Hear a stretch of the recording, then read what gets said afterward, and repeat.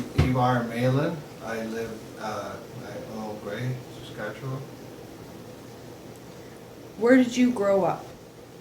In Yallen in Norway.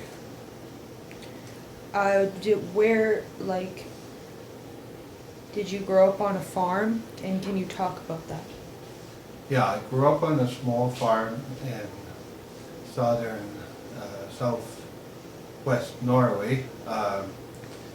The farms are a lot smaller there and it's more intense agriculture and more animals. And so I grew up, we had a mixed farm. We had dairy cows, about 20 dairy cows, and about 500 pigs, and some chickens and different things like that that my dad had. What was your role on the farm?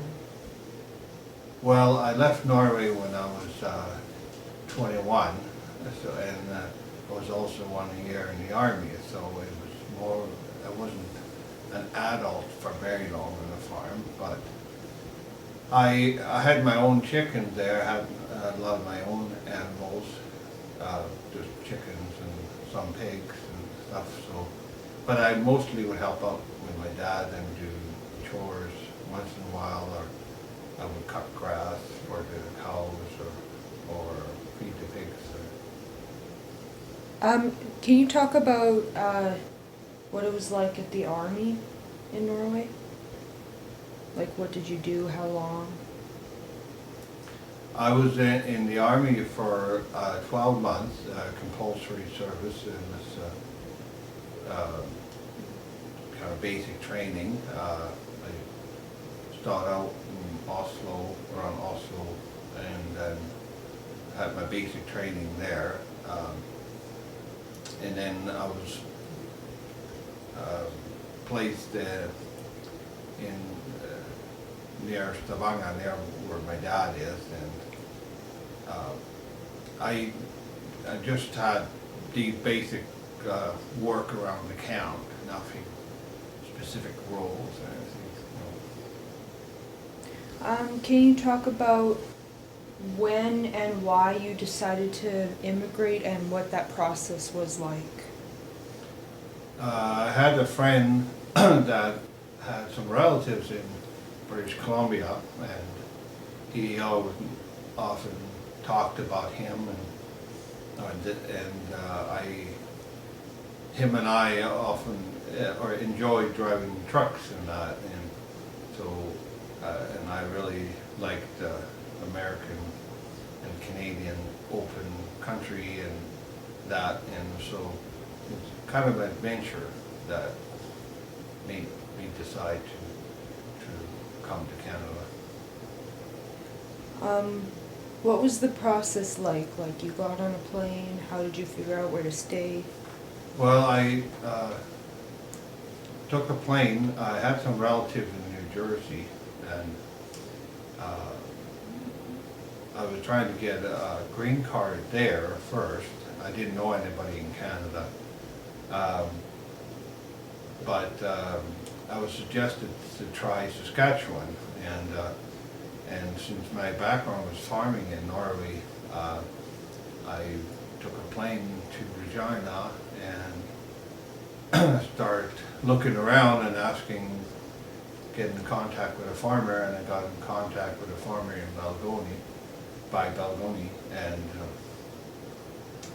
he, then we went to Employment and Immigration Department, that's what it was called then, and then together with a farmer, we were able to make an application for permanent residence based on the job that the farmer had offered me. What were some of the struggles you found when you were first in North America? I wouldn't call them struggles. It was the normal. I had basic English understanding from Norway, so there was a lot of new words and a few things like that. farmers in Saskatchewan, of course, were a lot bigger, but I always just enjoyed that. It wasn't, it was more of a plus than anything, and, yeah. Can you talk about moving to Alberta and why you decided to go there and what you did when you were there? So I wanted to pursue my dream of driving a truck. So after I've been working in the farm for a bit, I got my truck driver's license at Yorkton, and then I started looking for work there, but I couldn't. There was in the early '90s a bit of a slowdown in the industry, so I wasn't able to land a trucking job. So I went back to farming again. So and I just more adventure that drove me, and I worked. Ended up working in a Western Producer. I found an ad for a hog farmer in Edmonton, north of Edmonton, and I worked for him. And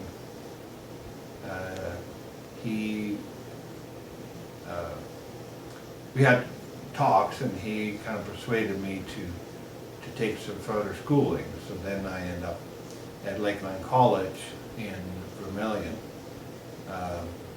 To get my high school diploma, and then I kind of enjoyed that, and I decided to go on to university there, and that's when I met my wife, and so I got a lot more connection with the community than I ever had before because of that. And in university, what was your university story like? Like, what did you get your degree in? Well, I was all over the map. At first, I did some chemistry in that, and I studied math, and I thought of being a teacher for a bit, and I thought a little bit about being a vet, to study it. But as time went on,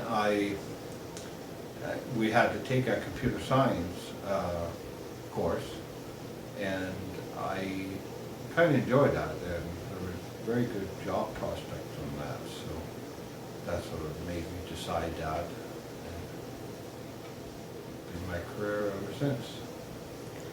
So now you live in Saskatchewan. Can you talk about why you decided to move your family to Saskatchewan and what that was like? Yeah, I had a dream of getting back on the farm, to have a farm on my own, have more of a hobby basis, but to be doing my own thing with farming and that a bit. So Saskatchewan seemed to be more, I was familiar with, because I lived here before, and also land prices were more affordable here at the time than Alberta is prohibitively expensive, so that was kind of an opportunity. And, yeah. So once you bought the farmland, what did you do?